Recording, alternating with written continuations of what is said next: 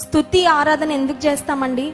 ఆయన గొప్పతనాన్ని గురించి నీ పెదవులతో నువ్వు వర్ణించడం. మనం వర్ణించడం వల్ల దేవుని గొప్పతనం పెరగదు. మనం ఏదో దేవుడికి దూరం అయ్యి స్తుతి తగ్గిస్తే ఆయన స్థానంగానే, ఆయన స్థాయిగానే ఏం తగ్గిపోదు. ఆయన he's already high and exalted. ఆయన ఆల్రెడీ అత్యున్నతుడు. అత్యున్నతమైన శ్రేష్టమైన ఆరాధన ఆయన ఆల్రెడీ పొందుకుంటానే ఉన్నాడు. కానీ నీ నోట నుండి నువ్వు స్తుతి ఆరాధన చేస్తే అది నీకు ఆశీర్వాదం. హల్లెలూయా. హన్నా ప్రార్థన ఎంత పట్టుదలగా చేసిందో, కుమారుడు కలుగక మునుపు దేవుడు బిడ్డనిచ్చిన తరువాత కూడా దేవుని సన్నిధిలో అదే పట్టుదలతో దేవుని ఘనపరుస్తూ స్తుతిస్తూ ఉంది. Hallelujah. She is giving thanks in the presence of God with a passionate heart.